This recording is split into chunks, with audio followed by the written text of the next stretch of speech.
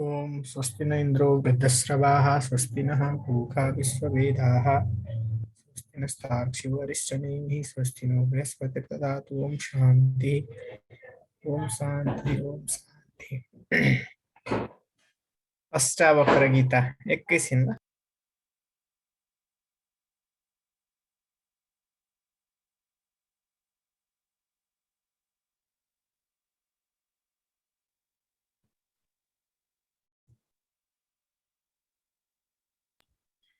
ओम नारायण।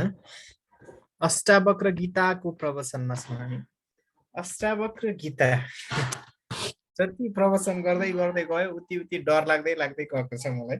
यसको मतलब चाहिँ के भने अष्टावक्र गीताले जे कुरा प्रतिपादन गर्छ, जुन कुरा हामीलाई बताउँछ, के हुन्छ भने हाम्रो चाहिँ समस्या, ढाका टोपी लगाएपछि समस्या झन् आउँछ, आउन चाहिँ तै पनि लगाउँछु। अष्टावक्र गीता पढ्दै गएपछि हाम्रो चाहिँ समस्या के हुन्छ भने हामी प्रायः हरेक कुरा आफूसँग जोड्छौँ है। हाम्रो चाहिँ एउटा चिन्तन कस्तो हुन्छ भने हरेक चिज आफूसँग जोड्छौँ। जस्तो संसारमा फलानु ठाउँमा फलानु चिज भयो अरे नि भनेपछि ओहो मलाई त्यस्तो भइहाल्यो भने के होला, फलानु व्यक्तिले यति कमाएको छ अरे त्यसको यत्रो धेरै छ मसँग छैन, होइन फलानुले त कति धेरै जानेको भने यस्तो उसले कति धेरै जानेको मलाई नि त्यस्तरी आएको। हरकै चिज के गर्छौँ हामी भने मम अथवा अहमसँग जोड्छौँ। यो अहम र ममले आफूसँग हरकै चिज जोड्दै जोड्दै जोड्दै जोड्दै जोड्दै जोड्दै लैजान्छ। अष्टावक्र गीताले भन्छ अहम र ममको छोडा, अहम ममे नाहम ममेति निश्चित्य योसी सोसी स्थिर हो। अगाडि पनि आएको थियो, अहङ्कर्ते त्यहम मान महाकृष्णा हि दंसितः नाहङ्कर्ते विश्वासामृतम पित्वा सुखी भव। अगाडि एउटा प्रसङ्ग आएको थियो, मैले कता कताबाट बिच बिचको श्लोकहरू सम्झेर जोडेको पनि हुन सक्छ है, मलाई कण्ठस्थ नै छैन यो गीता। अहम कर्ता, म कर्ता हुँ, यानी कि कर्ता भनेको चाहिँ यहाँ काम गर्ने व्यक्ति मात्रै होइन, म पाउनेवाला हुँ, म खानेवाला हुँ, म खेल्नेवाला हुँ, म पाउनु पर्नेवाला हुँ। आई डिजर्भ समथिङ, होइन म यस्तो यस्तो चाहना म पाउनका लागि योग्य छु भन्ने किसिमको जुन व्यक्तिलाई चाहना हुन्छ त्यो पनि अहङ्कर्ताकै के हो, अहमकै के हो, एउटा चिज हो, अहमकै एउटा परिणति हो भनौँ। अब त्यो अहमको परिणतिले गर्दा हामीलाई के गराउँछ भने अष्टावक्र गीता पढ्दै गएपछि अष्टावक्रले जनकलाई यति दिव्य उपदेश गर्नुभएको छ, यो हुनुपर्नेमा हामी कहाँ छौँ होइन। अब जस्तो हामीले गरेका हरेक गतिविधि होइन, कहिलेकाहीँ चाहिँ यद्यपि त्यो बुझिसकेको पूर्ण काम, आप्त काम, ज्ञानावस्थाको पराकाष्ठामा चाहिँ हामीलाई यो कर्मप्रति नै गुनासो हुँदैन थियो होला, तर हाम्रो त अज्ञानी दृष्टिले त्यसको व्याख्या गर्दैछ नि त। खासमा ज्ञानात्मक दृष्टिकोणले त व्याख्या गरिसकेको छैन, किन ज्ञानावस्थामा त वास्तवमा जुनसुकै कर्म गरे पनि, जे बोले पनि, जे खाए पनि, जे लाए पनि गुनासो नै हुँदैन, त्यो कुरो आइसकेको छ। किन पश्यन् शृण्वन् स्पृशन् जिघ्रन् अस्नन् गच्छन् स्वपन् श्वसन् प्रलपन् विसृजन् गृह्णन् उन्मिषन् निमिषन् अपि इन्द्रियाणि इन्द्रियार्थेषु वर्तन्त इति धारयन्। ऊ खान्छ पनि, बोल्छ पनि, हेर्छ, हाँस्छ, सम्पूर्ण चिज गर्छ र पनि जेसुकै गरे पनि ऊ चाहिँ जस्ताको तस्तै तटस्थ साक्षी भावले हेरिरहन्छ, हेर्न सक्छ ज्ञानावस्थामा। तर हाम्रो दृष्टिकोण त अज्ञानावस्थामै रुमल्लिएको छ। मेरो त झन् बढी रुमल्लिएको छ, बरु हजुरहरूको साधनाले अलिअलि प्युरिफाइड हुँदै गयो होला। साधना ज्ञान शास्त्र जान्नले त शास्त्र, साधना बिनाको शास्त्रले त झन् रुमल्लिन्छ, झन् पर्दा थपिदिन्छ होइन, झन् अप्ठ्यारोमा जेल झालमा के अरे जाल झेलमा हालिदिन्छ। किनभने एकातिर हुन्छ शास्त्रको अभिमान, अर्कातिर हुन्छ कर्मको चपेटा, लफडा दुईतिर हुन्छ। अनि किन म डराउँदैछु, म हजुरहरूलाई बताउँदैछु। यस्तो दिव्य ज्ञानको चर्चा हामी गर्छौँ र त्यसमा चाहिँ फेरि चर्चा गर्ने के न वक्ताको कार्यक्रम मैले गर्ने सौभाग्य प्राप्त गरेको छु र म दिनभरि बिहानदेखि बेलुकासम्मका कर्मका चपेटाहरूमा जति रुमल्लिन्छु म ठान्छु। फेरि त्यत्रो कुरा दिव्य उपदेश गर्दा गर्दै पनि यी कर्महरूलाई पनि मैले तटस्थ भावले चाहिँ हेर्न सकेको छैन। म फेरि यिनीहरूको कर्मको सती जाने, मैले अस्ति नै सती जाने भन्ने शब्द हजुरहरूको अगाडि उच्चारण गरेका थिएँ। हामी कर्मको सती गइरहेका छौँ। यानि कि यो कर्म गरेको छु तै पनि फल प्राप्त हुँदैन, ऊ गरेको छु तै पनि मान्दैन, म शिक्षण गर्ने मान्छे, केटाकेटीलाई पढाउँछु, मैले यत्रो धेरै ध्यानपूर्वक, यति धेरै मनोयोगपूर्वक, यति धेरै मेरो चाहिँ लगाव लगाएर पढाएको छु तै पनि बुढाले सुन्न खोज्दैनन्। किन यसो होला भन्ने फेरि त्यो कर्मको सती। किनकि ठिकै छ नि त, सुन्नेले सुन्छन्, नसुन्नेले सुन्दैनन्, मैले भनिराखेको छु भनेर म तटस्थ भएर तिनीहरूमा हेर्न चाहिँ म सकिरहेको छैन। र त्यसले मलाई थोरै एग्रेसिभ, थोरै अज्ञानी, थोरै ज्ञानी बनाउँछ। घरमै पनि पारिवारिक कतिपय छलफलका सन्दर्भमा फेरि म हस्तक्षेप गरिहाल्छु, फेरि म गुनासो गर्न थालिहाल्छु होइन। अनि साथीहरूसँग गयो भने, गुरुहरूसँग गयो भने पनि ओहो यस्तो भयो, यो त नभइदिए हुन्थ्यो भन्न पनि थालिहाल्छु, मूल्याङ्कन गर्न थालिहाल्छु, अवधारणा बनाउन थालिहाल्छु। यत्रो अष्टावक्र गीता जसले के भन्छ, अवधारणालाई छोडिदेऊ, चिन्तनलाई छोडिदेऊ, अभ्यासलाई छोडिदेऊ, इभन समाधिको पनि अपेक्षा नगर, इभन साधना पनि नगर भन्छ। यसले के भन्छ, साधना त त्यो व्यक्तिले गर्ने हो जसलाई पाउनु छ, तिमी साधनाको पछाडि पनि नदौड, मैले के नपाउनु छ पनि नभन भन्छ अष्टावक्र गीताले। यत्रो उपदेश गरिराखेको छु र पनि आफ्नै चाहिँ परिस्थिति अलिकति यस्तै यस्तैमा रुमल्लिराखेको छ। यसले गर्दाखेरि म अलि डराइराखेको पनि छु भनेर मैले तपाईँहरूलाई आफ्नो स्थितिको बारेमा जानकारी गराएँ। अब अस्ति हामी थियौँ भने, कहाँ थियौँ भने, मन्दः श्रुत्वापि तद्वस्तु न जहाति विमूढताम्, निर्विकल्पो बहिर्यत्नात् अन्तर्विषय लालसः। मन्दः, अब यो म श्लोक मात्रै हेरेर व्याख्या मात्रै गर्छु। मन्दः भनेको मूर्ख व्यक्ति। श्रुत्वापि तद्वस्तु, तद्वस्तु श्रुत्वापि, त्यो विषय अथवा त्यो वस्तु, त्यो वास्तविकता, वस्तु भनेको वास्तविकता, ज्ञान, पारमार्थिक तत्व, परमार्थको बोध, अपरोक्ष साक्षात्कार, अपरोक्ष अनुभूति भन्ने चिज बुझेर पनि विमूढताम नजहाति, सुन्न त सुन्या छ, शास्त्र त थाहा छ, गुरुहरूबाट प्रसङ्ग पनि सुनेको छ, मिठो पनि लाग्छ, सुनौ सुनौ पनि लाग्छ, तर विमूढताम नजहाति, ऊ के गर्न, उपदेश गर्न चाहिँ खुसी हुन्छ। उसलाई पनि त्यो कुरो जस्ट फर बिजनेस होइन, एउटा बिजनेसको लागि। मैले सुरुकै दिनहरूमा हजुरहरूलाई भनेको थिएँ, निवृत्ति मार्गका गफ गरेर प्रवृत्ति सुधार्ने फ्रड बिजनेसमा लागेका छौँ हामी भनेर मैले कुरा गरेका थिएँ। यही कुरा गर्दैछु। त्यो विमूढ व्यक्तिले चाहिँ के गर्छ, त्यो वास्तविकता सुनेको छ तर त्यो वास्तविकताको जुन ज्ञान लक्षण हुन्छ त्यो बेच्छ, अनि बेचेर के गर्छ, आफ्नो जीविका चलाउँछ। नजहाति विमूढता, तर आफ्नो मूर्खाइ चाहिँ ऊ छोड्दैन, ऊ आफ्नो ताल कर्मको सती जान छोड्दैन, रिसाउन छोड्दैन, त्यसै कर्म पछाडि दौडिन छोड्दैन, प्राप्तिको लालसा उसको छुट्टी पनि हाल्दैन। जटिलो मुण्डी लुञ्चित गेश कासायाम्बर बहुकृत वेश, यो चर्पट पञ्जरिका स्तोत्रम भन्ने छ एउटा, शङ्कराचार्यले रचना गर्नुभएको। त्यसमा वृद्ध व्यक्ति छ, वृद्ध व्यक्ति भए पनि कोही जटिलो, कोही जटा धारण गरेर हिँडेको छ, कोही मुण्डी, कोही कपाल खौरेर हिँडेको छ, कोही लुञ्चित के छ, कोही कपाल लुछेर हिँडेको छ, र पनि उसको चाहिँ अन्तर दिलदेखि, अन्तर हृदयमा रहेको जुन वासना तत्व छ, त्यो वासना तत्व चाहिँ नष्ट हुँदैन। यो अवस्था हुन्छ किनकि विमूढताम नजहाति, विषय उसलाई वस्तुको बोध छ तर के हुँदैन, विमूढता छोड्दैन। किनकि ज्ञानोदय नहुन्जेलसम्म कर्मको पछाडि दौडिरहन्छ। यही फेरि तल्लोपट्टि तल्लो उसले के भन्छ भने, निर्विकल्पो बहिर्यत्नात् अन्तर्विलय विषय लालसा, ऊ के भन्छ, मैले अस्ति नै पनि यसमा अलिअलि व्याख्या गरेको थिएँ, बाहिरी बाहिरी चाहिँ काम नगरे जस्तो गर्छ, कर्म नगरे जस्तो गर्छ, भित्रभित्रै विषयको लालसाले पाकिराखेको हुन्छ।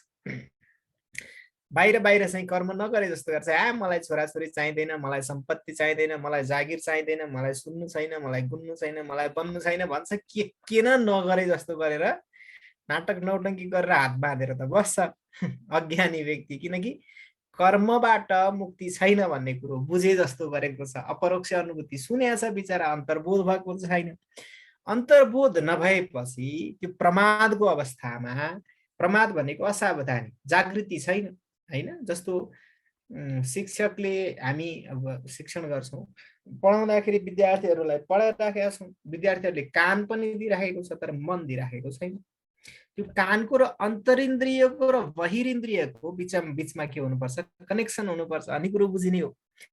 हाता पौस्तोक मना दस्तोक भन्ने त नेपालीमा उखान भन्ने छ हैन। मैले जे कुरो हजुरहरूलाई भनेको छु त्यो हजुरहरूलाई भनेको कुरो कानले मात्रै सुनेर त भएन, अन्तर्दिलसम्म पुग्नु पर्यो र अन्तर्दिलमा झङ्कार आउनु पर्यो कि हो त हो त हो त भयो भनेदेखि बल्ल हजुरहरूलाई बोध हुने हो। अब त्यो कुरो गर्न त मसँग पनि एउटा फेरि साधनाको शक्ति चाहियो। अब म सामान्य व्यक्तिले रेडियो क्यासेट बजे जस्तो एउटा रेकर्डेड कुरो गुरुहरूले जे रेकर्ड गराउनु भएको थियो त्यो हजुरहरूको अगाडि प्ले गर्ने मात्रै हो। मैले पनि त्यत्रो ठुलो साधनाबाट निस्किएर बोलेको त शक्ति त होइन। त्यसले गर्दाखेरि हजुरहरूलाई बोध गराउन नसकेको हुन सक्नुला होइन। यी यावत कुराहरू छन्। त्यही भएर म के भन्दैछु भने त्यो व्यक्ति जुन व्यक्तिले बाहिर कर्म नगरे जस्तो गर्छ, मलाई चाहिँदैन, मलाई सम्पत्ति चाहिँदैन, मलाई छोराछोरीको माया मोहले पुग्यो, मलाई सांसारिक बन्धनले पुग्यो, अब म आनन्दले निवृत्त हुन्छु भन्छ, कर्म गर्न त छोड्छ, तर अन्तर विषय लालसा, भित्रभित्रै चाहिँ विषयको लालसा हुन्छ नि। अब घुसघुसे मान्छे भन्ने चलन चल्ती हुन्छ समाजमा। के नबोले जस्तो गर्छ, तर एकचोटि कसैको कानमा गएर एक शब्द बोल्यो भने त्यसले सारा संसार आतंक मचाइदिन्छ। त्यो पनि त्यस्तै हो। ऊ नगरिकन त हुन्छ, तर मनभित्र यति धेरै पाकेको छ विषयको वासनाले, उसले यति धेरै सपना, यति धेरै चाहना, यति धेरै इच्छा, यति धेरै आकांक्षा, यति धेरै कुराहरू देख्छ कि त्यसको कुनै पनि सीमा हुँदैन। भित्रभित्रै वासनाले पाकेको हुन्छ भन्ने कुरासम्म अस्ति हामीले व्याख्या गरेका थियौँ। अब अर्कोमा जाउँ 77 मा।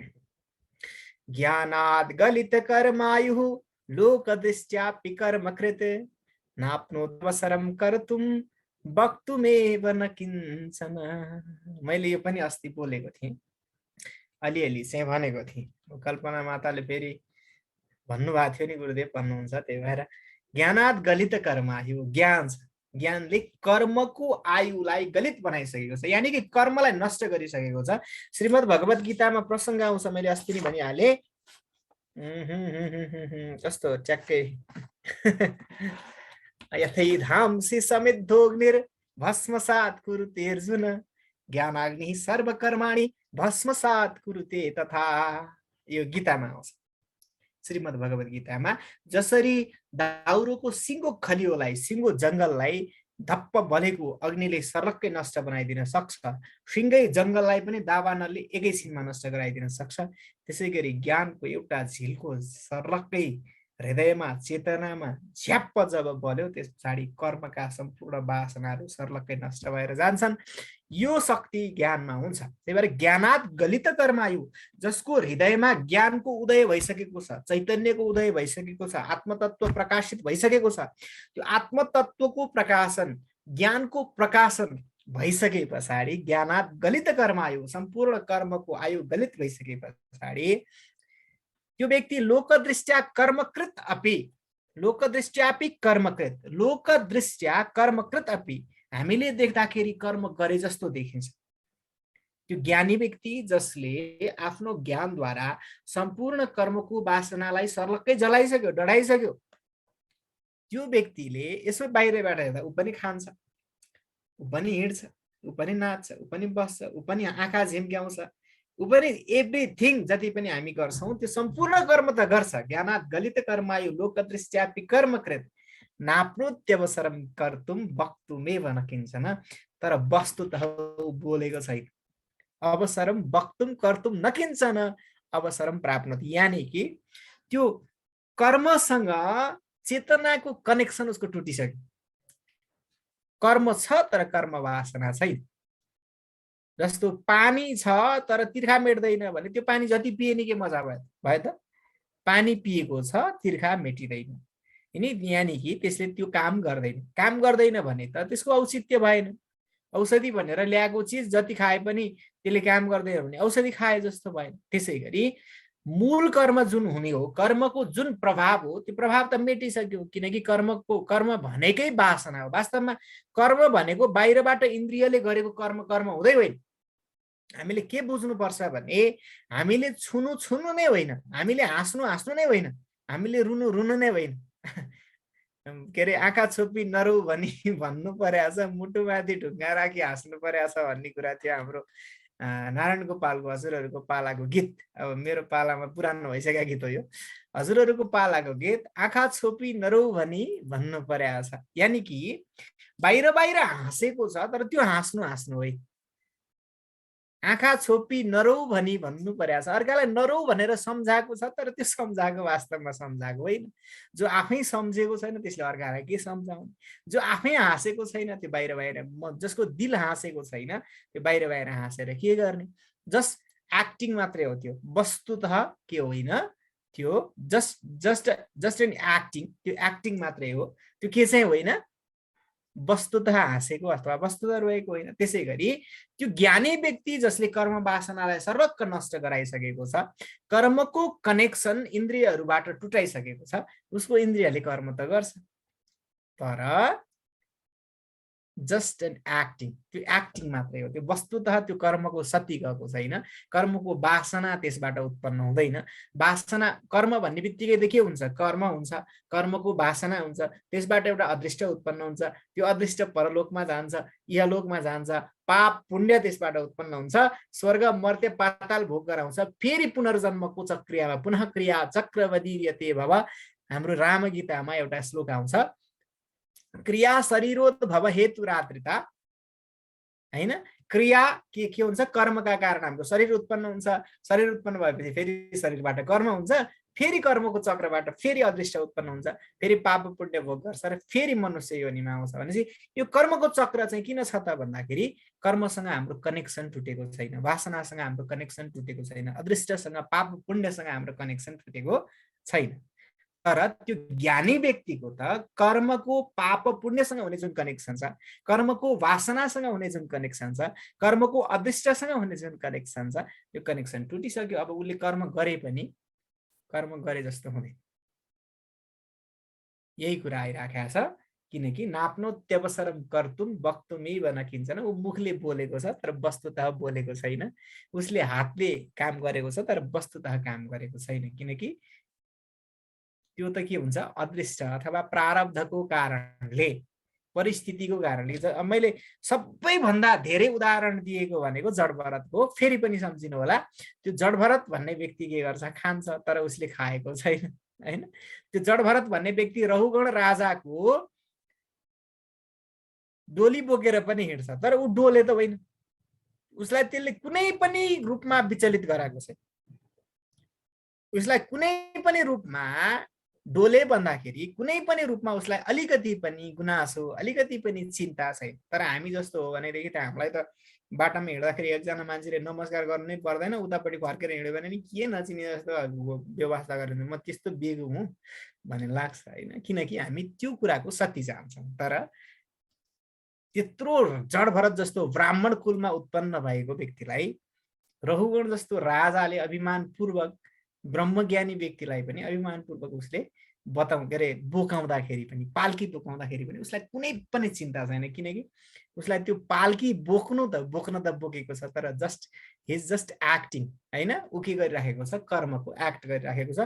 अस्ति नै मैले हजुरहरूलाई व्यक्त गरिसकेको छु, खेलतो भोगलीला, भोगलीलासँग खेलिरहेको छ। भोगलीला भनेको दुःखको साक्षात्कार पनि भोग हो, सुखको साक्षात्कार पनि भोग हो, दुःख र सुख दुवैको साक्षात्कार भोग हो है।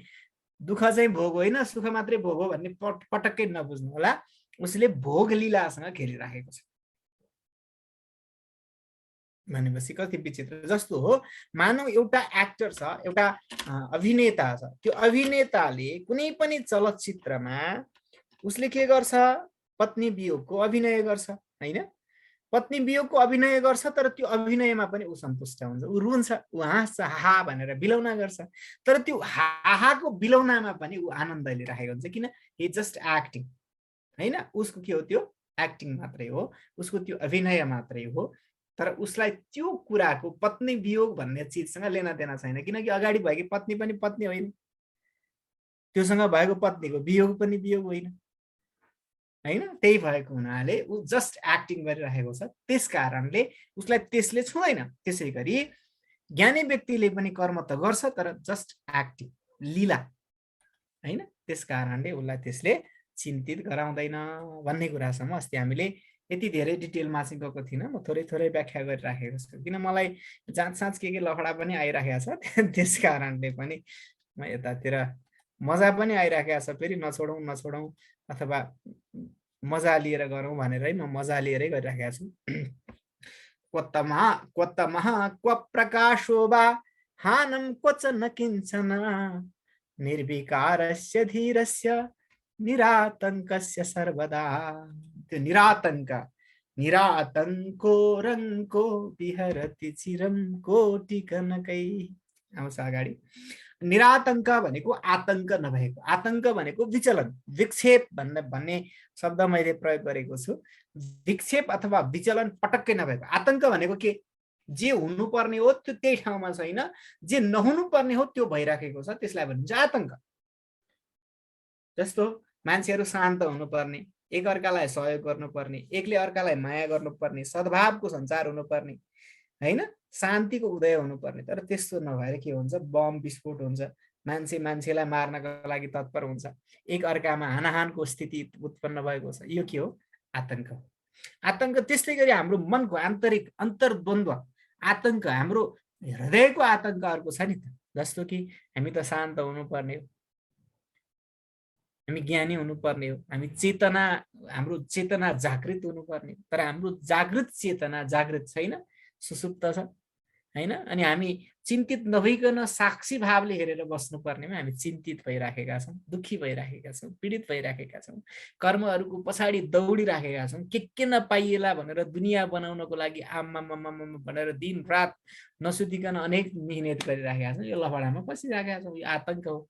तर त्यो ज्ञानी व्यक्ति निरातङ्क छ भने नि अघि, किनकि उसको कर्मसँगको कनेक्सन छैन। त्यो कुरालाई हजुरले सर बुझ्दा हुन्छ। निर्विकार, किनकि विकार पनि छैन।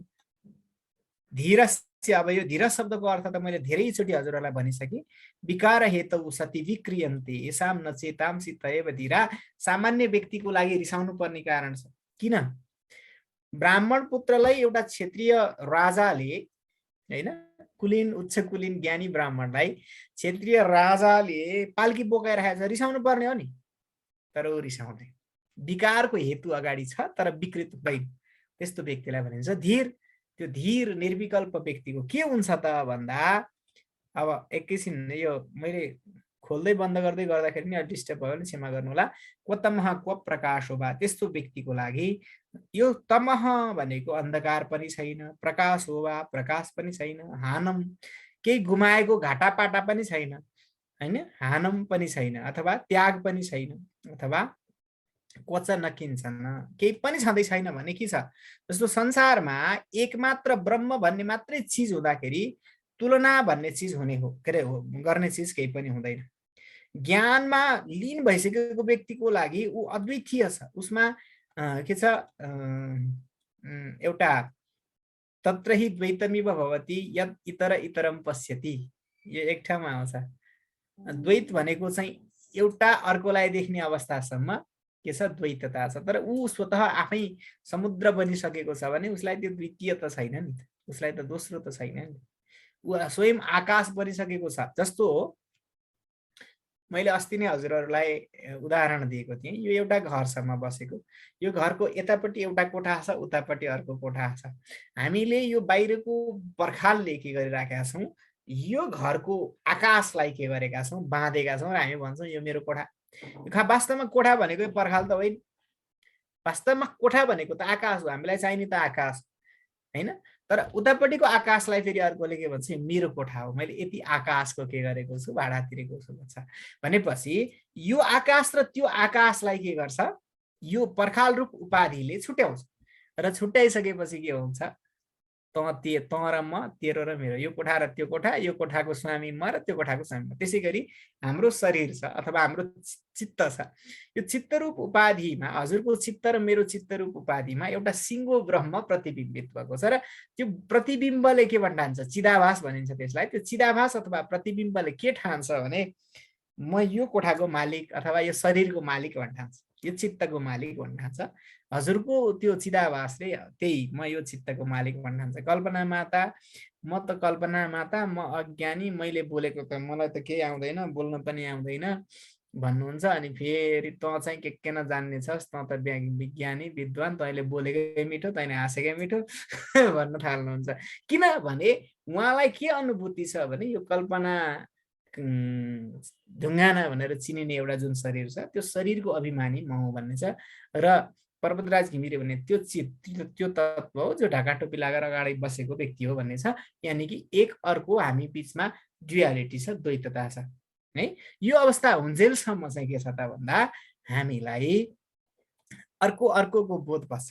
त्यस कारणले तँ जान्ने म नजान्ने छ, तँ ज्ञानी म अज्ञानी छ, तँ ठुलो म सानो छ, त पुरुष म स्त्री छ, त बच्चो म बुढाबुढी भन्ने छ हजुरहरूलाई। तर त्यो ज्ञानले सम्पूर्ण कर्मलाई जलाइसकेको, कर्मको वासनालाई जलाइसकेको, कर्मको कारणलाई जलाइसकेको, मायालाई भन्छ नि, माया अज्ञान कारणलाई सर्लक्कै जलाइसक्यो। माया र मायाको कार्य सम्पूर्ण कुरा नष्ट भइसके जलेर। माया भनेको अज्ञान है, अज्ञान भन्नु, अविद्या भन्नु, माया भन्नु, मोह भन्नु, जे भन्नु, त्यो सबै एउटै चिज हो।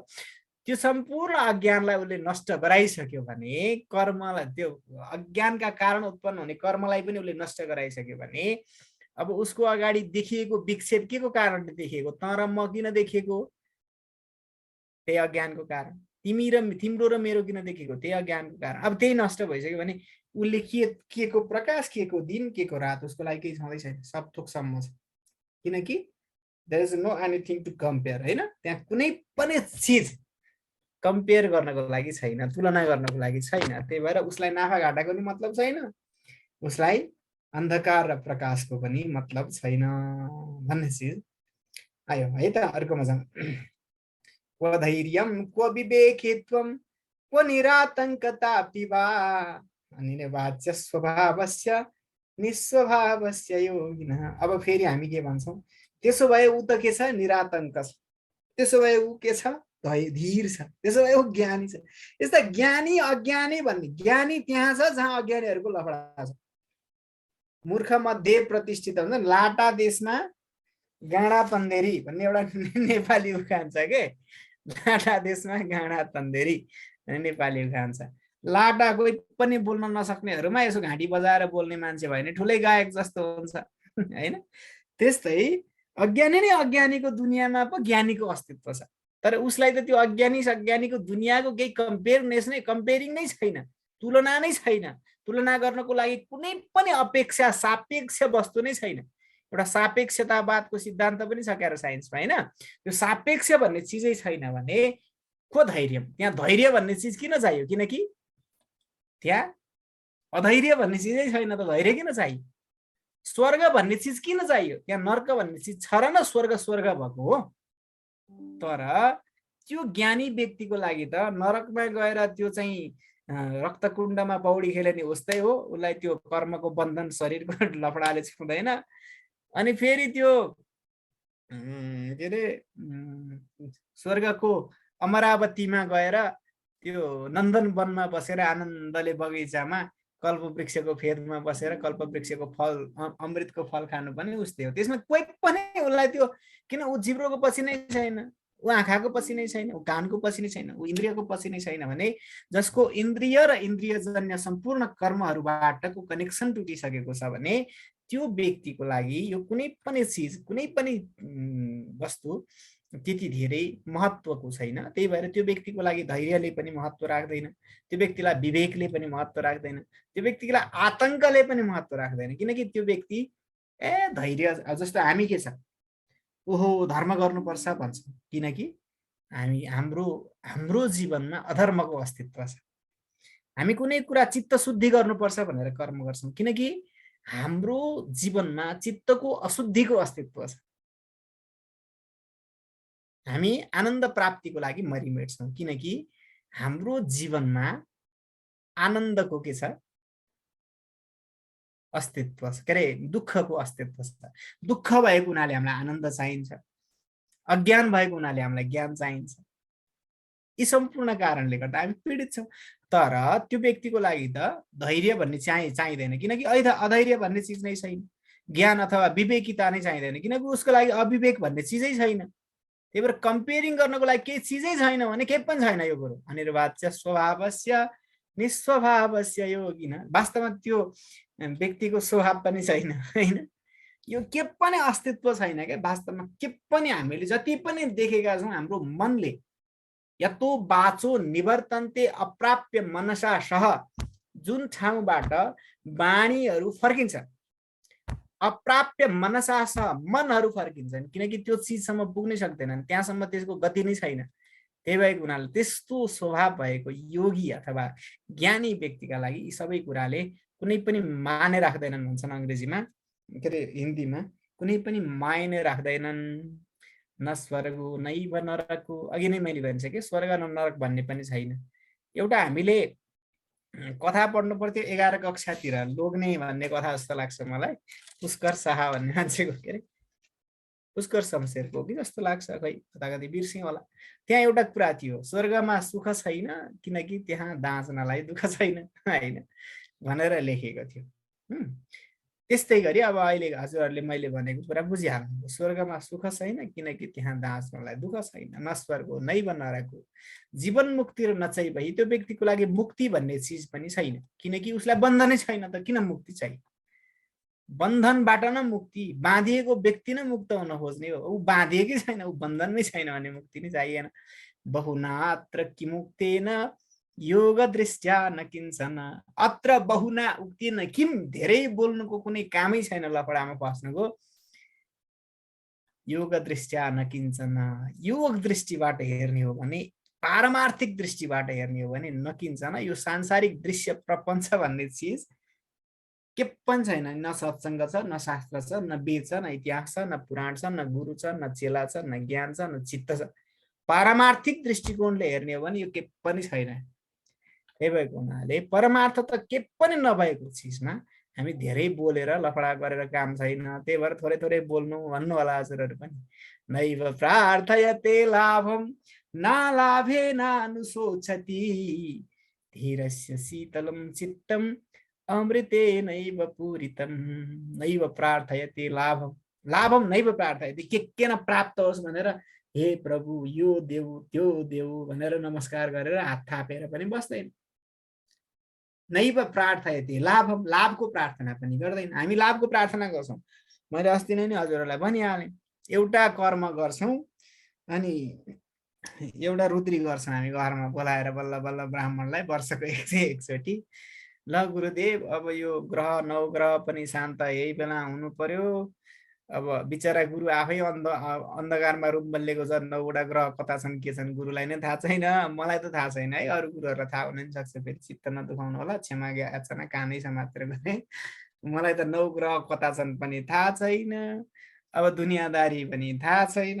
थाहा नभएपछि के भयो त भन्दा गुरु आफैलाई थाहा छैन, त्यहाँ माथि फेरि जजमानको के गर्नु, 9वटा ग्रह शान्त गराइदिनु पर्यो, छोरा बुहारीको मेलमिलाप पनि गराइदिनु पर्यो, अमेरिकामा ग्रिन कार्ड भिजा लाग्न 2-4 जना ढिलो भएको छ त्यो पनि शान्त गराइदिनु पर्यो, अनि श्रुति स्मृति पुराणका फल प्राप्त पनि गर्नु पर्यो। फेरि श्रुति स्मृति पुराणका फलहरू, श्रुति स्मृति पुराणोक्त फल, त्यस मात्रै हो र सङ्कल्पमा त हामी आध्यात्मिक आदि दैविक आदि भौतिकाविदा तापत्रय उपशमन पूर्वक ज्वरा तिसारा पस्मार श्वास कासादि जनित समस्त रोग निवृत्ति पूर्वकम दीर्घायु आरोग्य ऐश्वर्यादि अभिवृद्ध्यर्थम।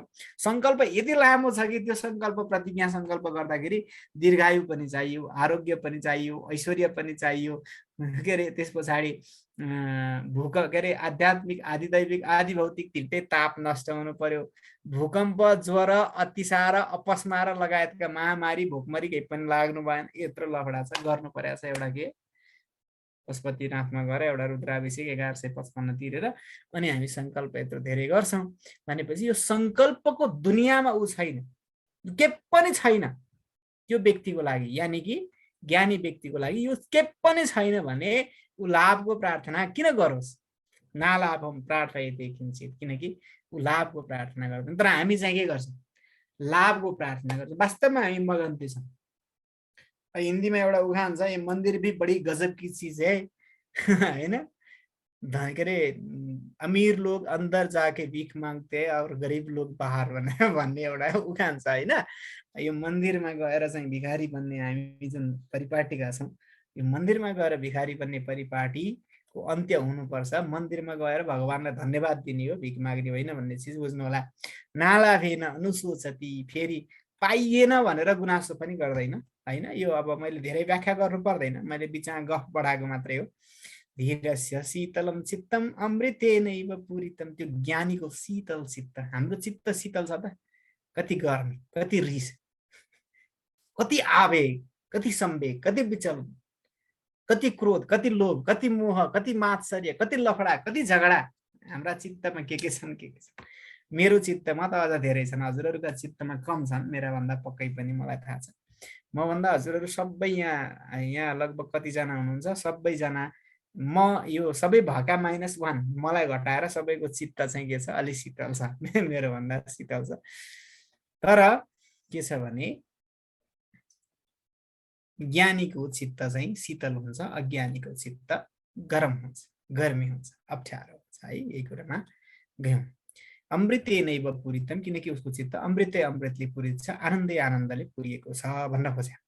अब अर्कोमा जाउँ। न शान्तम स्तौति निष्कामो न दुष्टमपि निन्दति, सुख दुःख सुखस्तृप्त किञ्चित् कृत्यम न पश्यति, सम दुःख सुखस्तृप्त किञ्चित् कृत्यम न पश्यति। अब असली ज्ञानी मान्छेले दुनियाँको लफडाको प्रशंसा गरेर पनि बस्दैन। ओ हजुर ज्ञानी, हजुर ठुलो मान्छे, हजुर क्या मान्छे, क्या जानेको, क्या बुझेको, क्या भन्न सकेको, हाँसेको पनि सुहाएको, रोएको पनि सुहाएको। अघि मातालाई भनेको छ, माताले चित्त दुखाउनु होला। ज्ञानी मान्छेले त्यसरी प्रशंसा पनि गरिरहँदैन। न शान्तम स्तौति निष्काम, शान्त व्यक्तिको स्तुति पनि गरिरहँदैन के, असल व्यक्तिको स्तुति पनि गर्दैन। अनि न दुष्टमपि निन्दति, फेरि दुष्टको निन्दा पनि गर्दैन। ऊ स्तुति निन्दा भन्ने चिजै तुल्य निन्दा स्तुति र मौनी भन्ने कुरो त अगाडि आएको छ। त्यो चाहिँ आफ्नो निन्दा र स्तुतिको सम दुःख सुख, सुख र दुःखमा समभाव छ। यो सम दुःख सुख, शान्त, समलोष्टास्म काञ्चन, तुल्य प्रिया प्रियो धीरस्, तुल्य निन्दात्म संस्तुति, मानापमान तुल्य स्तुल्यो मित्रादि पक्ष हो। यो गीतामा पनि आउँछ, यही कुरा यही पनि आउँछ। जुनसुकै गीता पढ्नुहोस्, पल्टाउनुहोस्, यही कुरा आउँछ। यो वेदान्त दर्शन र अद्वैत अध्यात्म दर्शनको एउटै चिज हो, एउटै चिज सबै ठाउँमा आउँछ कि विवादित छँदै छैन। वेदान्तमा चाहिँ दुःख र सुखमा समभाव राख्छ। अनि किञ्चित कृत्यम न पश्यति, गर्नुपर्ने कुरो केही पनि छैन भन्छ। हरिभजन पनि गर्न चुप लागेर बस्छ, वास्तवमा हरिभजन पनि गर्दैन। किन हरिभजन भन्ने चिज पनि तबसम्म गर्नु छ जबसम्म उसलाई भजन गर्नुपर्ने र म भक्त हुँ भन्ने विभेद छ। अस्ति म छु भक्त तिमी भवमोचक हौ भनी पढ्दछौ तिम्रो पाउमा, म भक्त हुँ तिमी भवमोचक भगवान हौ, त्यही भएर म तिम्रो पाउमा पर्छु भन्छ। जबसम्म उसलाई मुक्तिको चाहना छ, जब उसलाई भजन गर्नुको चाहना छ, ऊ त्यो पनि छैन। ऊ त्यति लफडा गरेर पनि बस्दैन। अगाडि आइसकेको छ, आँखा चिम्लिन र आँखा खोल्न पनि जसलाई अल्छी लाग्छ, त्यस्तो अल्छीको राजालाई जति सुख संसारमा कसैलाई छैन, त्यो अल्छीको राजा भएर आनन्दले बसिरहन्छ। धीरो न द्वेष्टि संसारम, आत्मानं न दिदृक्षति, हरसामर्ष विनिर्मुक्तो न मृतो न च जीवति। धीरो न द्वेष्टि संसार, संसारम न द्वेष्टि, यो संसार भारी, संसारको द्वेष पनि गर्दैन। अस्ति नै कुरा आइसकेको छ धेरै पटक। संसारको द्वेष गरेर पनि बस्दैन धीर व्यक्तिले, ज्ञानी व्यक्तिले। है यो संसार कति लफडा, माया मोह काम क्रोध लोभ मोह मद मात्सर्यको टेन्सन हामीलाई तट, यो संसार भन्ने चिज त बिगुबै हो नि, खतमै हो नि, दुःखालयमा शाश्वतम, दुःखको आलय हो नि भनेर हामी के गर्छौँ, संसारलाई गाली गरिरहन्छौँ। तर त्यो धीर व्यक्ति ज्ञानी व्यक्तिले संसारलाई पनि गाली गर्दैन। छ त छ, त्यसले मलाई केही छुन सक्दैन, त्यसले मेरो रौँ पनि हल्लाउन सक्दैन, त्यसले मेरो कपालको केस पनि झार्न सक्दैन भने, एकदम तुच्छ के पनि सानो बिगार पनि गर्न सक्दैन, सानो बिगार पनि गर्न सक्दैन भन्छौँ नि हामी। तुच्छ केही पनि गर्न सक्दैन भने त्यो संसारलाई किन निन्दा गरिरहनु, निन्दा पनि गर्दैन। आत्मानं न दिदृक्षति, फेरि आत्मदर्शन आत्मबोध गर्न पाए हुन्थ्यो, आत्मज्ञान गर्न पाए हुन्थ्यो, के नपाउन पाए हुन्थ्यो, आत्मबोध गर्न पाए त सारा संसारबाट मुक्त भइन्थ्यो भनेर मुमुक्षुको बनेर पनि बस्दैन। किन उसलाई त्यो आत्मदर्शनको पनि लालसा छैन, ऊ आफ्नो तालमा बसिरहेको छ। बस सक्यो, चुप लाग्यो, जे छ ठिक छ, everything is okay, all is well भन्ने एउटा हिन्दी फिल्मको उखान हो। अल इज वेल, सब ठिक छ भनेर चुप लाएर बस्ने जुन व्यक्ति छ त्यसलाई दुनियादारीको मतलबै छैन। हर्षा मर्ष विनिर्मुक्त, हर्ष भनेको सुख, अमर्ष भनेको रिस अथवा क्रोध, यो दुईटैबाट ऊ मुक्त छ। र नमृत्यु न जीवति, यो कस्तो विचित्रको कुरा छ, ऊ बाँचेको पनि छैन, ऊ मरेको पनि छैन। नमृत्यु, ऊ मरेको त होइन, किन मरेको भने सास फेरिराखेको छ नि त, तर नच जीवति, जिउँदो पनि छैन, किन केही गर्दैन, केही बोल्दैन, कसैले केही भन्यो भने प्रतिक्रिया नै जनाउँदैन। कस्तो हाम्रो गुरु महाराजले के भन्नु, लाठी छोरीलाई मही खायो जस्तो छ, तिमीहरू बेगुहरूलाई पढाउन भन्नुहुन्थ्यो। त्यो लाठी छोरीलाई मही खायो जस्तो, के भन्दा नि भन्दिन, के बोल्दा नि बोल्दिन, चुप लाएर बसिरहन्छ। हामीलाई गुरु महाराजले के भन्नुहुन्थ्यो भने दुईटा उदाहरण खुब दिनुहुन्थ्यो हजुरहरूलाई पनि। यो इन्ट्रेस्टिङ, हाम्रा गुरु महाराजसँग हजुरहरूको सबैको साक्षात्कार भयो कि भएन, अब यो परोक्ष ब्रह्मज्ञानीहरूको चर्चै सुन्यो भने पनि वास्तवमा आनन्द प्राप्ति हुन्छ। अब गुरु महाराजले के भन्थ्यो भने त्यो भुसको, त्यो कोदाको भुसको सिरानी बनाएर भुक्क भुक्क लात्ताले हाने जस्तो तिमीहरूलाई जतिसुकै मैले हाने पनि भित्र छुँदैन, दुख्दैन भन्नुहुन्थ्यो। र अर्को के भन्नुहुन्थ्यो गुरु महाराजले भने, लाठी छोरीलाई मही खाए जस्तो छ, कुनै रियाक्सन छैन, कुनै प्रतिक्रिया छैन। त्यो ज्ञानी व्यक्ति मरेको पनि छैन, जिउँदो पनि छैन, मूकवत, त्यो व्यक्ति लाटो जस्तो छ, बालवत मूर्ख जस्तो छ, अन्धवत अन्धो जस्तो, के देखे जस्तो, देखेर देखे जस्तो नि गर्दैन, रियाक्सन केही जनाउँदैन, किनकि उसँग कुनै पनि कुराको गुनासो छैन, कुनै पनि कुराको प्रशंसा पनि छैन, न उसलाई प्रशंसा गर्नु छ, न उसलाई निन्दा गर्नु छ, कुनै कुराले प्रभावितै हुँदैन। अब यति कुरा बुझ्नु होला, कुनै पनि सांसारिक गतिविधिले ऊ प्रभावित हुँदैन भने ऊ मृत, मरेको पनि छैन, जिउँदो पनि छैन। हामी पनि मरेका पनि छैनौँ, जिउँदा पनि छैनौँ, किनकि हामी वास्तवमा महामूर्ख र महाज्ञानीको अवस्था उस्तै हुन्छ, ढुक्क हुँदाखेरि हुन्छ। किनकि यो सर्कल जस्तो छ क्या, सर्कल जस्तो चाहिँ किन छ भने सबैभन्दा दक्षिण घुम्दै घुम्दै घुम्दै घुम्दै कुनै व्यक्ति दक्षिणतिरबाट घुम्दै घुम्दै घुम्दै घुम्दै गयो, कुनै व्यक्ति उत्तरबाट घुम्दै घुम्दै घुम्दै गयो। पृथ्वी गोलो छ, तिनीहरूको एक दिन न एक दिन त एकै ठाउँमा भेट हुने हो भनेपछि दक्षिणतिर गए नि उत्तरतिर गए नि पुग्ने त एकै ठाउँमा हो। ज्ञानको पराकाष्ठामा पुगे पनि व्यक्ति त्यही ठाउँमा पुग्छ, ऊ केही बोल्दैन।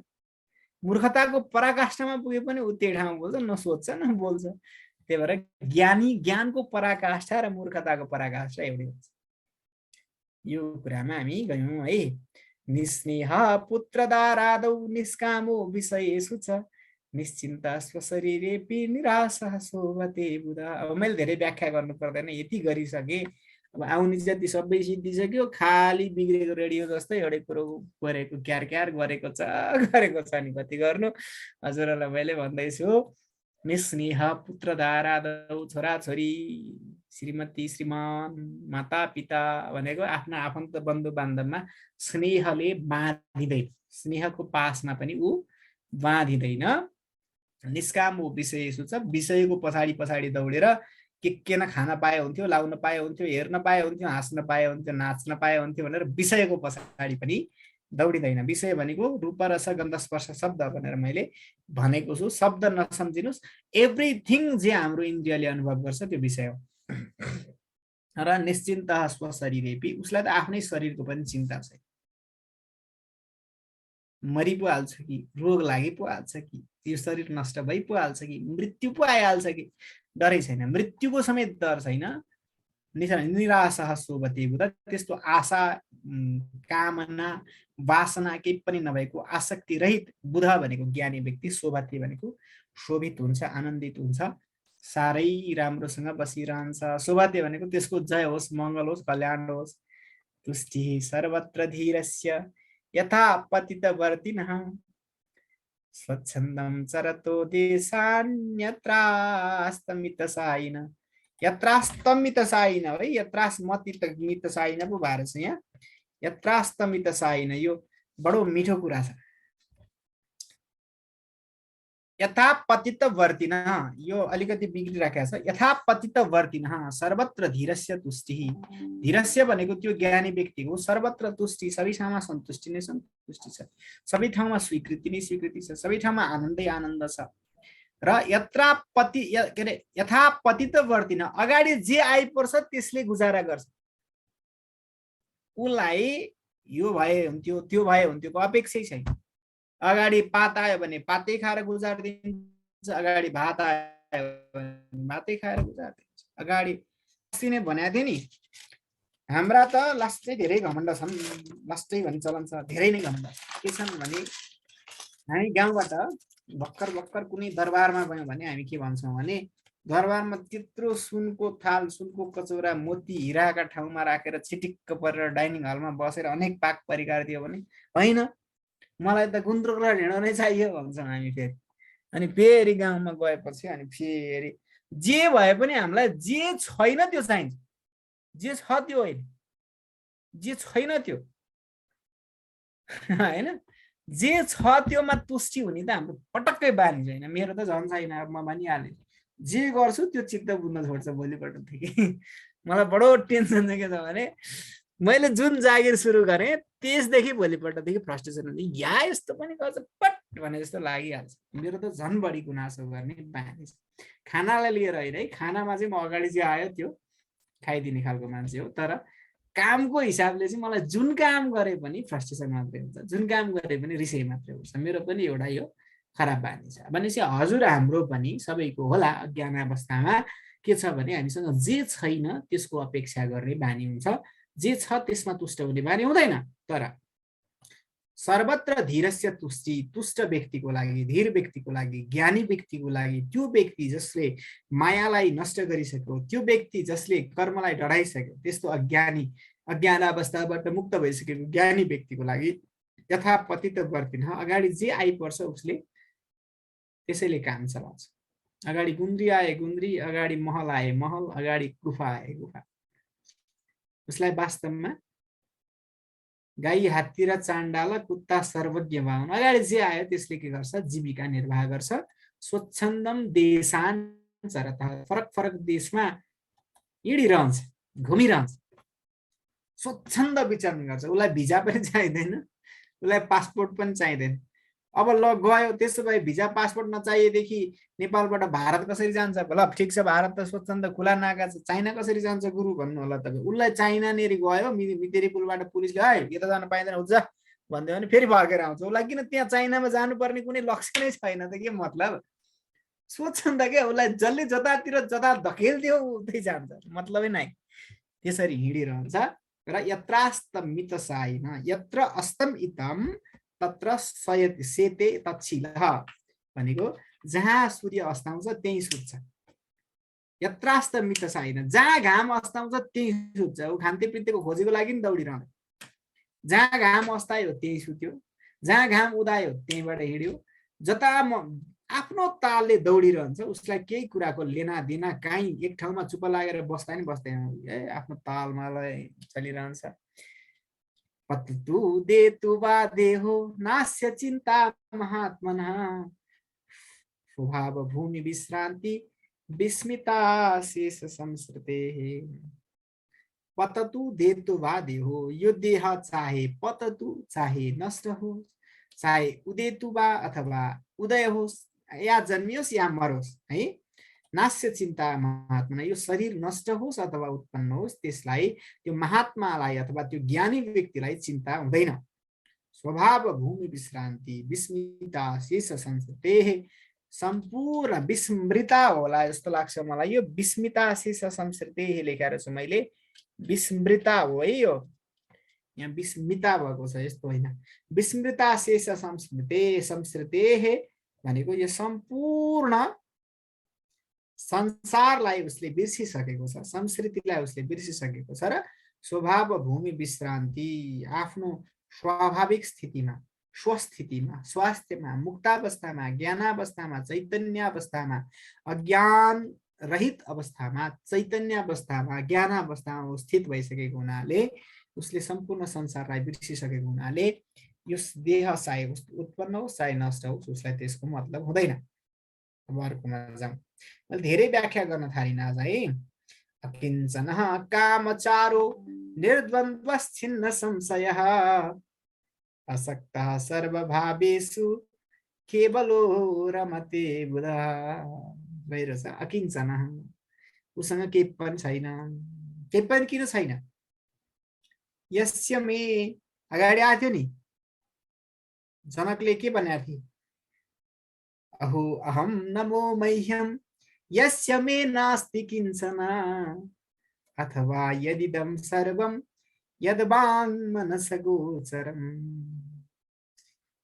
कि त यो मेरो संसारै सबै मेरै हो कि भने मेरो के पनि छैन हैन यही दुईटा कुरा कि त उसको सम्पूर्ण थोक हो एभ्रिथिङ जति पनि वाणीले र मनले देख्न सक्छ वाणीले मात्रै होइन बाङ मनसगोचरम् वाणीले बोलेर सक्ने जति र मनले चिन्तन गरेर सकिने जति एभ्रिथिङ संसारका सबै चीजहरू कि त मेरै हुन् कि त मेरो के पनि छैन भन्ने कुरा आथ्यो अकिञ्चन के पनि नभएको कामचारो भनेको जे मन लाग्छ त्यही गर्छ भन्न खोजेको के स्वच्छन्द विचरण गर्ने जे मन लाग्छ त्यही गर्छ जहाँ जान मन लाग्छ त्यही जान्छ निर्द्वन्द्व है यहाँनिर अलिकति बिग्रिराखेको छ अब यो आजभोलि मैले हजुरहरूलाई खासै त्यति धेरै उ गराएको छैन निर्द्वन्द्व भनेको द्वन्द्व रहित छ छिन्न संशय संशय पनि उसको सम्पूर्ण नष्ट भइसकेको छ असक्तः सर्वभावेषु सम्पूर्ण पदार्थहरूमा उ कतै पनि टाँसिएर बस्दैन अघि नै मैले भनिसकेँ आसक्ति रहित छ टाँसिदैन अट्याचमेन्ट भन्ने चीज उसको कहीँ पनि छैन केवलो रमते बुधा उ यति आनन्दित छ कि किनकि उ एक्लै छ एक्लो छ उसलाई कुनै द्वितीयाद भयम भवति दोस्रो चीजबाट डर हुन्छ उसको दोस्रो भन्ने चीजै केही छैन किन डर हुने त्यही भएर केवल रमते बुध आनन्द रमाइराखेको छ निर्ममः शोभते धीरः समलोष्टास्म काञ्चन सुभिन्न हृदय ग्रन्थिर विनिर्धूत रजस्तमः निर्मम उसको मम भन्ने चीजै केही छैन किनकि अहम भन्ने चीजै छैन भने मम कसरी हुन्छ म भन्ने चीज जसको छैन मम भन्ने चीज कसरी हुन्छ म भन्ने चीज नभएको व्यक्तिको मेरो भन्ने चीज हुने कुरा भएन त्यही भएर निर्मम शोभते धीर शोभते भनेको शोभित हुन्छ यानी कि उसको जय हुन्छ ऊ आनन्दित छ खोजेको धीर धीर भनेको त मैले भन्नै परेन समलोष्टास्म काञ्चन यो पनि भन्नु परेन यो पारिभाषिक शब्दहरू हजुरहरूले एउटा गीता पढ्दाखेरि हरेक शब्दको शब्द अर्थ बुझ्नुभयो भने सबै संसारका सबै गीताहरू हजुरहरूलाई स्वत अर्थ लाग्छ लोष्ट भनेको माटोको डल्लो अस्म भनेको ढुङ्गो काञ्चन भनेको सुन ती सबैमा समान दृष्टि छ उसको चाहे अगाडि ढुङ्गो होस् चाहे माटो होस् चाहे हिराको हार होस् उसलाई मतलब छैन सुभिन्न हृदय ग्रन्थिर विनिर्धूत रजस्तम हृदय रूपी गाँठो उसको छिनिसकेको छ वास्तवमा यो सांसारिक बन्धन भनेको हृदय ग्रन्थि हो के हो हृदयको गाँठो हृदय भनेको चित्तको गाँठो हाम्रो चित्त छ त्यही भएको हुनाले दुनियाँ छ किन अगाडि आइसकेको छ के हजुरहरूले सम्झिसक्नुभयो सम्झिनुभयो कि भएन मय्यनन्त महाबोधौ चित्तवाते समुत्थिते विचित्र द्राक्ष समुत्थितम भन्ने थियो मैले अगाडिको पदावली बिर्सेँ मैले कण्ठ गरेको छैन अष्टावक्र गीता यो अनन्त कोटि ब्रह्माण्ड विचित्र द्राक्ष समुत्थितम हुन सक्छ अर्थ त्यही हो यो सारा संसार रूपी ब्रह्माण्ड अनन्त कोटि ब्रह्माण्ड रूपी संसारहरू झ्यापै उत्पन्न भए हैन भन्ने बित्तिकै अब हामीले के बुझ्नु पर्यो त भने हृदय ग्रन्थि छ र यो संसार छ जसले अज्ञान रूपी के अरे जसले ज्ञान रूपी तरबारले अगाडि आइसकेको थियो नि ज्ञान के अरे ज्ञान खड्गेन के अरे अहम करतेत्यहम मान महाकृष्टाहितम सीता निहत्य ज्ञान खड्गेन योसी सोसी स्थिर समथिङ केही थियो भनेको अज्ञान रूपी जुन अथवा अहंकर्ता अहम भोक्ता भन्ने जुन अभिमान छ अहम र ममको जुन अभिमान छ त्यो अभिमान रूपी डोरीले बाँधिएको हुनाले दुनिया संसार देखिन्छ र त्यसलाई ज्ञान रूपी खड्गले अथवा ज्ञान रूपी तरवारले छिनालिसकेपछि यो आफै के हुन्छ नष्ट हुन्छ यही कुरा आइहाल्यो सुभिन्न हृदय ग्रन्थि र विनिर्धूत रजस्तम त्यसले सत्व रज तम सबै गुणलाई नष्ट गरिसकेको छ र त्रिगुण भन्दा माथि उठिसकेको छ र त्रैगुण्य विषया वेदा निस्त्रैगुण्यो भवार्जुन भगवानले जे उपदेश गर्नुभएको थियो त्यो कुरालाई उसले आत्मसात गरिसकेको छ सर्वत्र नवधानस्य न किञ्चित् वासना हृदि मुक्तात्मनो वितृप्तस्य तुलना केन जायते। अब बडो विचित्रको चिज आइराखेको छ यहाँ। म 1-2 मिनेट बढी लिन्छु भने पनि क्षमा गर्नु होला है। सर्वत्र नवधानस्य अनवधान। अब यो आज प्रमादो नवधानता, अनवधानलाई प्रमाद भनिन्छ। हाम्रो एकजना मित्र गुरु सहकर्मी मेरो त अब अग्रज हुनुहुन्छ, उहाँले आज यो असावधान के अरे प्रमाद भनेको के हो गुरु भनेर सोध्नु भएको थियो। मैले असावधानी भनेको थिएँ, यहाँ पनि त्यही प्रसङ्ग आयो। फेरि दोहोऱ्याउँ, प्रमाद भनेको चाहिँ के भने वास्तै छैन भनेको, कनेक्सन छैन भने मैले अस्तिको अघि कुरा गरेँ नि, सर्वत्र अनवधानस्य, त्यो ज्ञानी व्यक्ति, त्यो धीर पुरुषको कतै पनि सावधानी छैन, कतै पनि कनेक्सन अट्याचमेन्ट छैन क्या। ऊ कुनै कुरा सुन्छ तर सुन्दैन, किनकि कानले त सुनिराखेको छ, मनको र कानको कनेक्सन छैन। यसलाई भनिन्छ अनवधानता। उस देख्छ तर देखेको छैन, किनकि मनको र दृष्टिको कनेक्सन छैन। खान्छ तर खाँदैन, किनकि मनको र जिब्रोको कनेक्सन छैन। यो अनवधान, किनकि सर्वत्र अनवधान से उसले अट्याचमेन्टको जुन आसक्तिको, रागको, मोहको जुन बन्धन छ त्यसलाई नष्ट गरिसकेको छ। र सर्वत्र अनवधान से, सम्पूर्ण ठाउँमा असावधान यानि कि प्रमादी भएर बसेको छ, अल्छी भएर बसेको छ। किञ्चित वासना हरि, त्यो व्यक्तिको हृदयमा कुनै पनि वासना छैन। मुक्तात्मनो वितृप्तस्य, त्यस्तो मुक्तात्मा, तृप्त आनन्दित महापुरुषको तुलना के नजायते, कोसँग तुलना हुन सक्ने। हजुर हामी जस्ता बेगु मूर्खहरू जो लफडामा पसिराखेका छौँ, हामीसँग तुलना हुने कुरो भएन। अब आफैलाई पनि त्यहाँभित्र हालिसकेपछि हाम्रो गुरु महाराजहरू तिमीहरू भेडा बाख्रा हो, लठुवा बेगु हो, तिमीहरूलाई के थाहा छ भन्न सक्नुहुन्थ्यो, किनकि गुरु महाराजहरूसँग ज्ञान थियो, हामीसँग थिएन। गुरु महाराजहरूसँग त्यो कन्फिडेन्स थियो, किनकि अरूलाई गाली गर्न सक्नुहुन्थ्यो। अब म त हजुरहरूलाई सक्दिनँ, त्यही भएर हम त डुब्छु कि सनम तुमको भी ले डुबेंगे भन्ने एउटा हिन्दी उखान छ क्या अरे। त्यसलाई लिएर हामी जस्ता बेकुफ भन्दैछु त मै बेकुफ भएपछि हजुरहरूलाई पनि त्यही घानमा हाल्दिएँ मैले। रिस उठ्या भएदेखि गाली गर्नु होला है।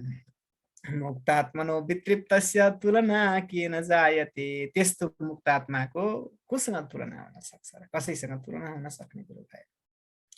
जानन्नपि न जानाति, पश्यन्नपि न पश्यति, जानेर पनि जानेको छैन। अघि मैले भनिसकेँ नि, कनेक्सन टुटिसक्यो। जानेर पनि जानेको छैन, हेरेर पनि देखेको छैन। पश्यन्नपि न पश्यति, देखेको छ र पनि देखेको छैन। ब्रुवन्नपि न च ब्रुते, बोलेको छ र पनि बोलेको छैन।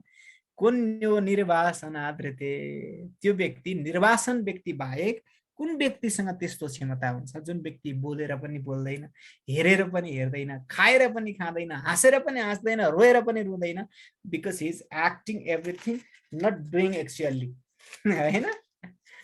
ऊ एक्टिङ गरिराखेको छ तर गरिराखेको छैन। अघि नै कुरा आइसक्यो, मैले धेरै व्याख्या गर्नु पर्दैन। जानन्नपि नजानाति, जानेको छ र पनि जानेको छैन। जान्नुसँग उसलाई के छैन, कनेक्सन छैन। हेरेर पनि देखेको छैन, बोलेर पनि बोलेको छैन। कुन्यो निर्वासनादृते, त्यस्तो निर्वासन व्यक्ति बाहेक अरू को हुन सक्छ त। भिक्षुर्वा भूपतिर्वापि यो निष्कामः सशोभते, भावेषु गलितायस्य शोभना शोभनामति। कस्तो विचित्रको कुरा। भिक्षु, चाहे त्यो भिक्षु होस्, भिक्षुर्वा भूपतिर्वापि, चाहे त्यो भूपति अथवा महाराज चक्रवर्ती सम्राट हो, यो निष्काम सशोभते, जो निष्काम आप्तकाम, जसको हृदयको वासना नष्ट भइसकेको छ, त्यो व्यक्ति शोभित हुन्छ। अस्ति नै कुरा आएको थियो नि एक ठाउँमा,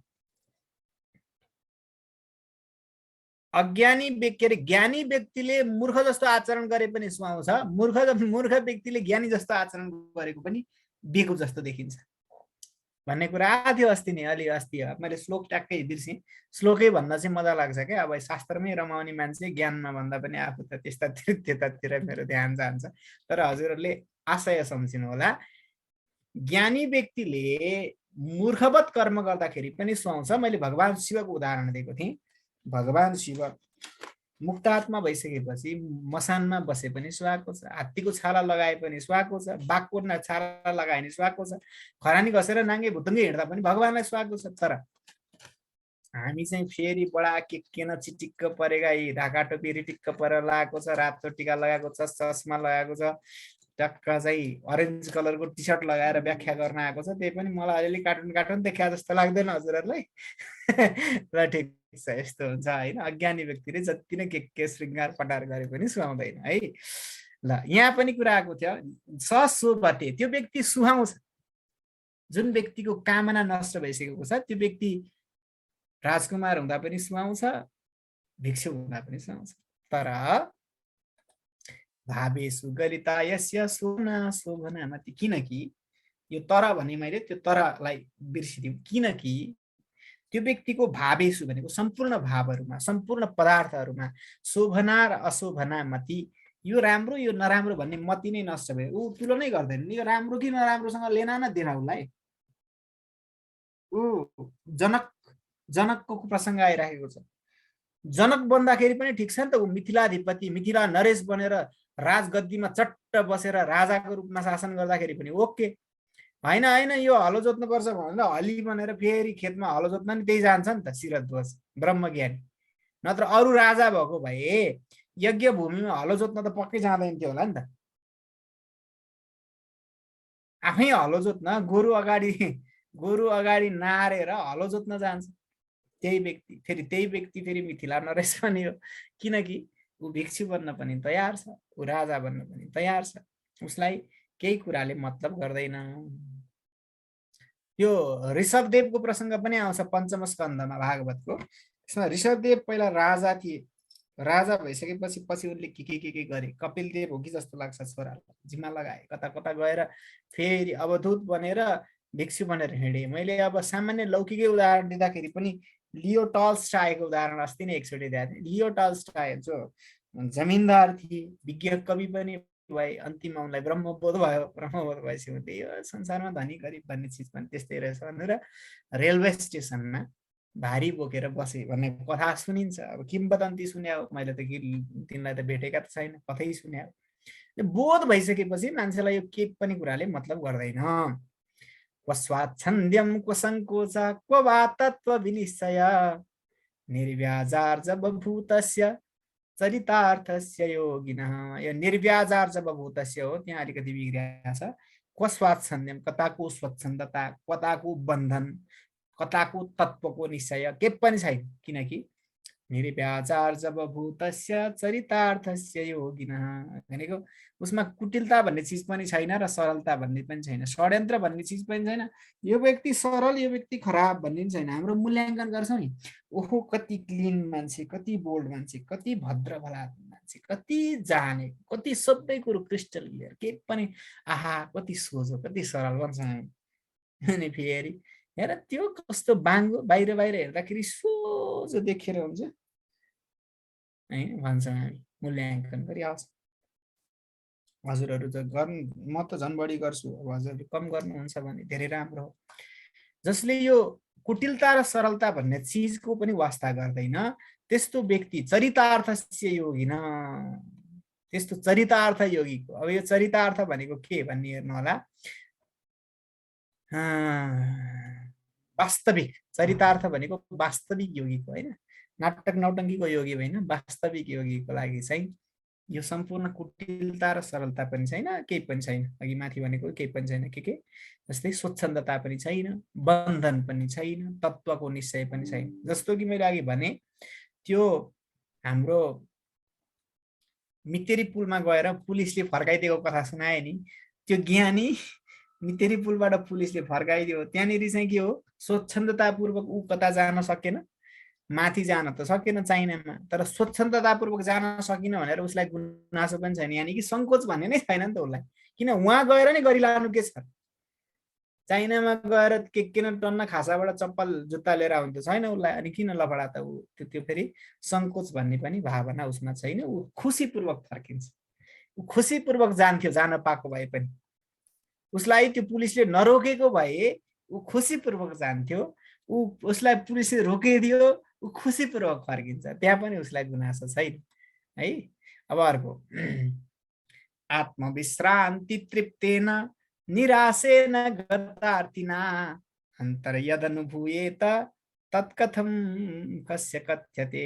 अब यसमा आत्मविश्रान्ति तृप्तिएन, आत्मामा विश्रान्ति लिएर तृप्त भएको, निराशा भनेको आशा नभएको, गतार्तिना सम्पूर्ण दुःखलाई नष्ट गरिसकेको व्यक्तिले अन्तर्यत अनुभूयता, भित्र जे अनुभूति गर्छ, तत्कथम कस्य कथ्यते, त्यो कुरा कसले, अब यो कसले कसलाई बताउन सक्छ र? अनुभूति गरेको, वास्तवमा यो अनुभूति गरेको चिज चाहिँ शब्दले बताउनै सक्दैन। एक छिनमा अनुभूति गरेको चिजलाई बताउन 1 क्विन्टल कपीमा शब्दहरू लेखेर पनि बताउन सकिँदैन। जस्तो कि मेरा गुरु महाराज हुनुहुन्थ्यो, अनि गुरु महाराजको देहावसान भयो हैन, शरीर त छुट्यो, शरीर ब्रह्मलीन हुनुभयो। ब्रह्मलीन भएपछि मैले त्यो समाचार सुने। त्यतिखेर मलाई सुन्ने बित्तिकै जे अनुभूति भयो, त्यो कुरो मैले 50औं पुस्तक लेखेँ भने नि त्यो बताउन सक्दिनँ। उहाँको अनुभव एक क्षणमा हो, एक छिनमा हो।